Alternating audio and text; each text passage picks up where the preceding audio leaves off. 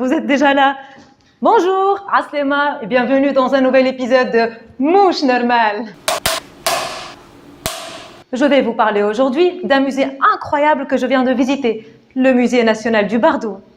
Le musée du Bardo est un très grand musée archéologique. On dit qu'il possède la plus importante collection de mosaïques romaines au monde. Mais il nous parle aussi des Carthaginois, des émirs, des anciens berbères, de la Tunisie ottomane. Le musée du Bardo a été créé en 1885 dans un ancien palais des Bey, les anciens souverains de la Tunisie. Il a été agrandi, entièrement réaménagé il y a une dizaine d'années. Et le résultat est vraiment mouche normale. La visite de ce musée est une sorte de voyage dans l'espace et dans le temps. Notre voyage commence en montant l'escalier qui se trouve en face de l'entrée, à côté de la mosaïque géante. Et là, vous arriverez à une salle consacrée à la première grande civilisation de la Tunisie, celle des Carthaginois.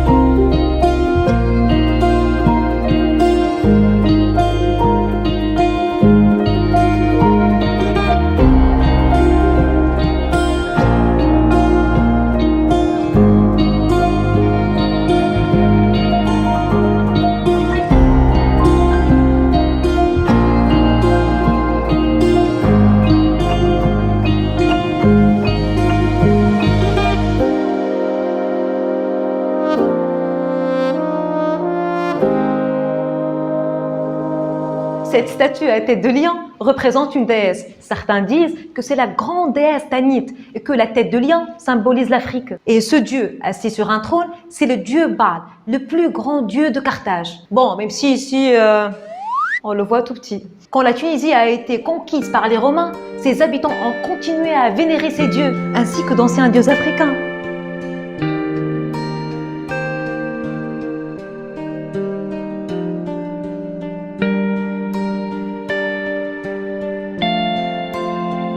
De superbes sculptures et statues en marbre accompagnent notre visite.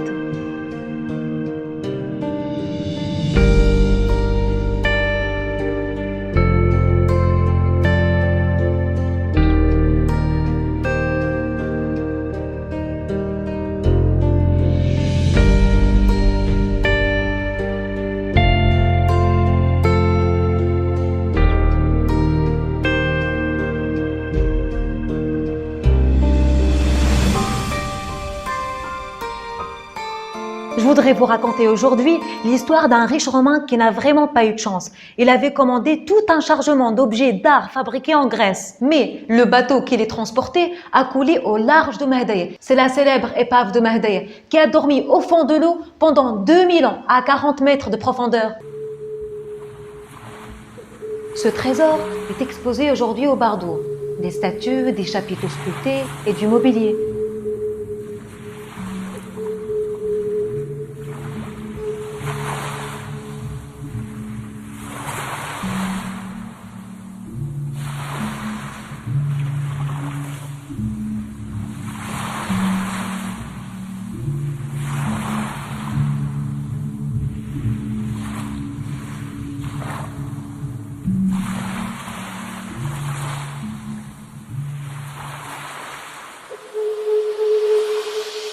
L'épave de Mahdaya avait été découverte par hasard par des pêcheurs d'éponges. Il a fallu de nombreuses expéditions pour remonter sa cargaison. L'une de ces expéditions a été racontée dans un film du commandant Cousteau, primé au Festival de Cannes en 1951. Mais si le musée du Bardo est célèbre dans le monde entier, c'est surtout grâce à son impressionnante collection de mosaïques romaines. Il y en a tellement qu'il faudrait des heures pour les admirer une par une.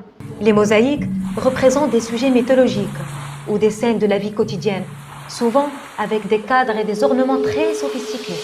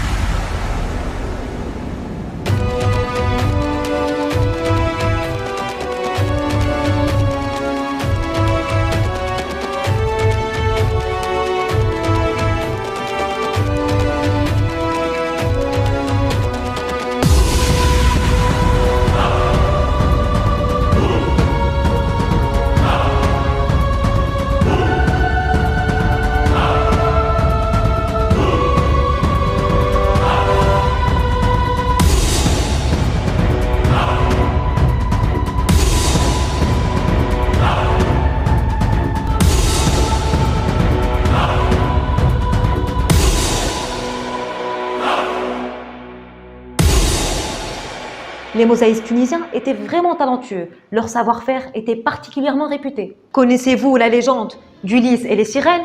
Ulysse était un héros grec qui a voyagé à travers toute la Méditerranée. Et les sirènes étaient des créatures aux chants envoûtants qui attiraient les voyageurs pour les faire mourir. Ulysse, très intelligent, a pris la précaution de boucher les oreilles de ces hommes. Ensuite, il leur a demandé de l'attacher au mât de son navire pour ne pas céder aux sirènes. Le voici sur cette mosaïque et les sirènes à droite. On peut voir qu'à cette époque-là, les sirènes avaient des pattes et des ailes d'oiseaux. Pas comme aujourd'hui où on dit que les sirènes sont des créatures mi-femmes, mi-poissons.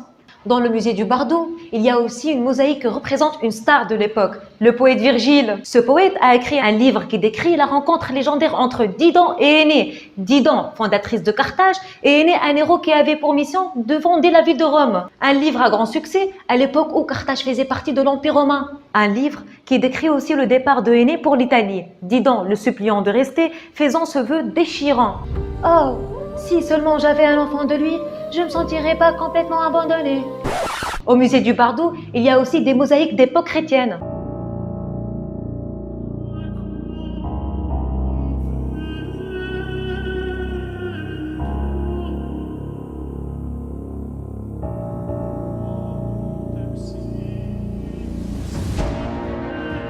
Les mosaïques chrétiennes servaient souvent à recouvrir des temples ou des bassins pour le baptême.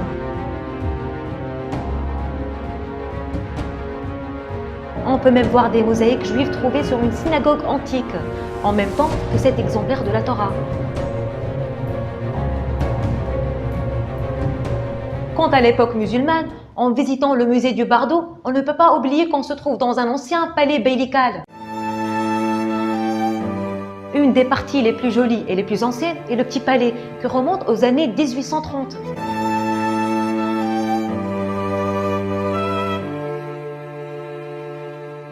On croirait se retrouver dans une belle maison de la Médina de Tunis. Au rez-de-chaussée, on a retrouvé des fragments de décoration encore plus anciennes. Tandis que les grandes salles sont plus récentes et influencées par le style italien.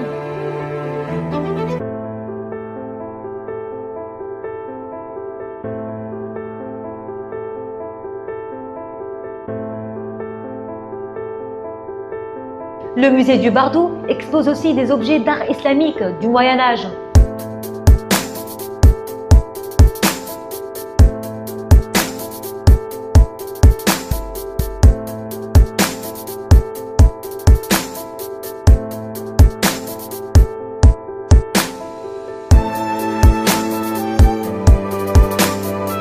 Vous pourrez admirer ces panneaux de céramique de l'époque ottomane.